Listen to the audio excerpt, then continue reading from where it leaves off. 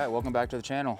Doing something a little different this time. We actually have an instructional video on how to install the Journeys Off-Road 3 to 5 inch Super Ride Kit. It was done on this van here, which brings me to introducing her. This is Pork Chop. She's the new member of the van family, 1999 all-wheel drive Safari, 5 inch lift, 4x4 conversion kit, which I have a video coming up next on that. But today's video is just going to focus on the lift kit itself. Now this is a very simple system. Anybody with a good set of tools and some decent mechanical know-how can put this thing together pretty easily. So if you have any questions, comments, concerns, please leave them down in the comments. I would love to hear from you about them. This is my first time doing this. My buddy Shane was greatly helpful with me. So without any further ado, let's get into the video. This is a 3 to 5 Super Ride Kit from Journeys Off-Road as well. And in this package, what you're going to get is you're going to get 2 shackles, you're going to get your 6 3-inch body cup spacers, you're going to get a bumper relocation bracket, because as you bring the body up, you're going to want your bumper to come up with it, or it's going to be hanging down there low looking goofy. We have all the mounting hardware for your shackles and your spring hangers. We have some replacement bolts, because we'll have to cut a couple of them away. And then we have a steering linkage extension kit, and then we also have a brake line relocation bracket, and they also threw in some Loctite here for us too. This kit is also going to come with an instruction manual. It's going to tell you everything that you're going to get, and it's going to be literally pictures, step-by-step instructions. They've really thought of everything over at Journeys Off-Road. Alright, so we're going to start by unplugging the mass airflow sensor and removing the entire intake assembly. Then we'll grab a 10mm and remove the upper and lower fan shroud.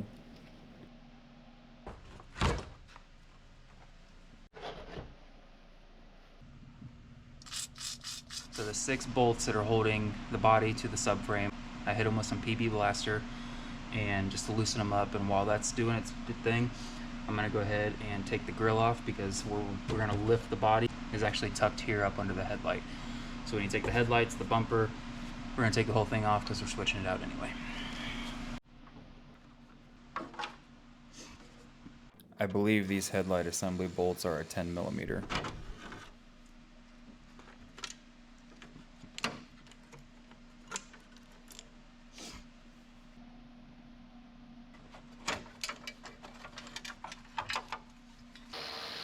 With the headlights out of the way, we'll go ahead and grab a 7mm and remove the grille assembly.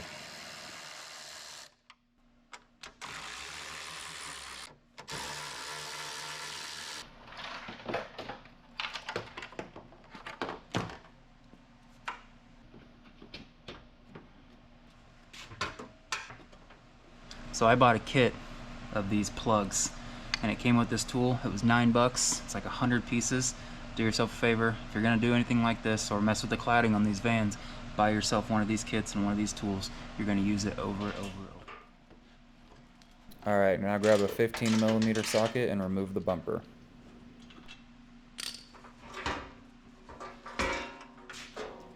Using a 10mm, we'll loosen the steering shaft where it connects to the steering box and slide it off of the spindle. Alright, we need to take loose this power steering reservoir. Just let it sit there because we're going to rehang it later. Alright, got the grill and the bumper and everything off. Now we got to get underneath, start pulling the bolts that hold the body to the subframe. So I did want to jump in here and let you know that there are 6 subframe bolts. You have 3 on each side. The front up here by the bumper, and the furthermost to the rear are a 19mm, but the middle on each side is actually a 22mm. So the instructions say 14 and 16. I don't know where that's coming from exactly, but on this 99, 19 and 22 are the magic numbers. Next, we'll grab a high lift jack and place it under the body at the lift point and slowly jack up the body of the van, being sure to look under the hood occasionally and make sure nothing's getting pulled or pinched. Alright, once you're clear, just go ahead and slide in the body puck spacer from the kit using the new bolt supplied into the old bushing, unless you bought new bushings. You're going to tighten this up, but only hand tight because we will be removing these again. This rear subframe bolt can be a little tricky, so you might want to have another set of hands there or another jack to actually drop the van back down or jack the subframe back up. Once all 6 body spacers are in, take each bolt out one at a time, apply some Loctite, put it back in, and torque to spec. The instructions from Journeys Off-Road will come with torque specs. Alright, so back under the hood, we'll put on the steering shaft extension supplied by the kit. We'll use an Allen head to run down the set screw, and then we'll use a 10mm to tighten it down. Alright, so that pretty much wraps up the front portion. In the instructions there are torque specifications, so you will need a torque wrench for these subframe bolts.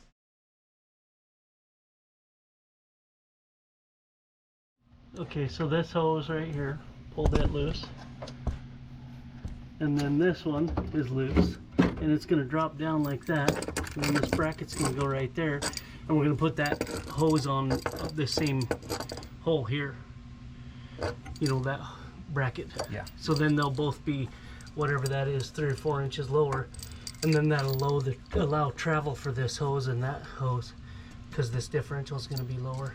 Beautiful.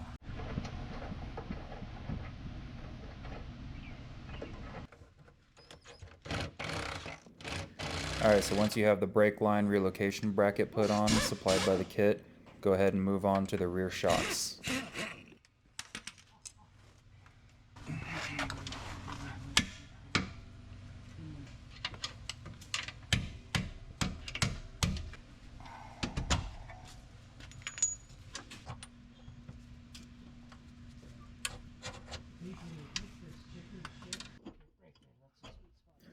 Now what we found the trick to this is to actually put the rear of the body on jack stands and then use a floor jack under the differential to lower and raise. If you can lower it down, you can see how easily these leaf springs clear the brackets.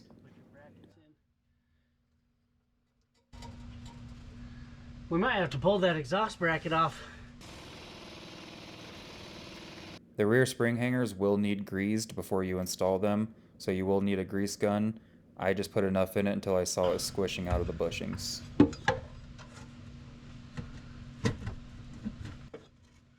You can buy a new spring hanger and shackle bolts here, but looking at mine, they were still perfectly fine, so we're going to reuse them.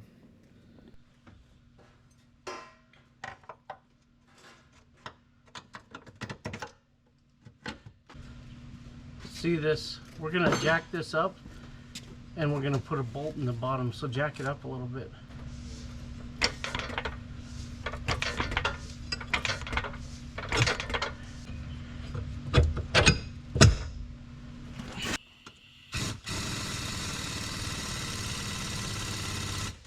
However, the driver's side shackle is a little more involved. You need to grab a sawzall with a metal cutting blade and cut the heads off the bolts. But don't worry, because Journeys Off-Road supplies you with new bolts. The purpose of this is so that you don't have to drop the gas tank to get those bolts out. You will feed the new bolts in from the outside.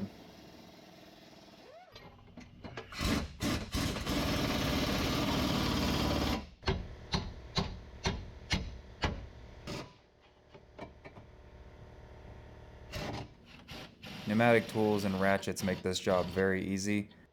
However, the new bolts for this shackle will need to be done the old-fashioned way, with just a couple of wrenches and some elbow grease. With the spring hangers and the shackles installed, we're going to put on our shocks.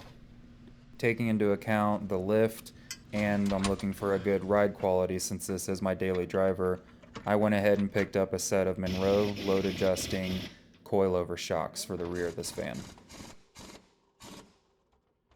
A perfect fit when you're at full extension. Those other shocks we couldn't extend, you know, couldn't even extend. Alright, now we're ready to drop it down and get our first look at our new ride height. I ended up ditching those stock wheels and tires and put these Falcon Wild Peaks with old Chevy Steelies on it. Now this tire is significantly larger than the other tires, so naturally you have to trim the cladding a little bit, and I've had to do this a couple times. In my experience, the best thing to use is an oscillating multi-tool.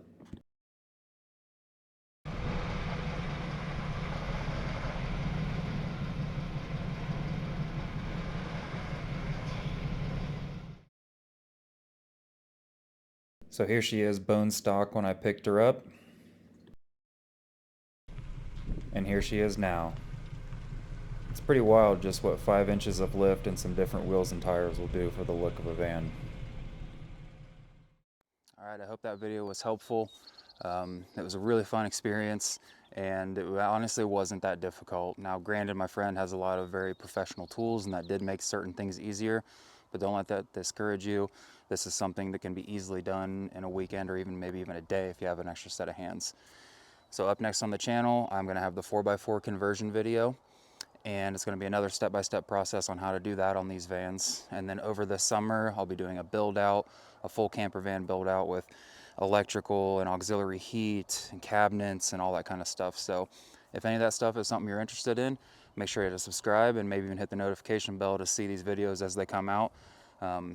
I know we all love this Astro and Safari content. I'm trying to do something a little different here. So thanks for watching the video, and hopefully we'll see you again. See ya.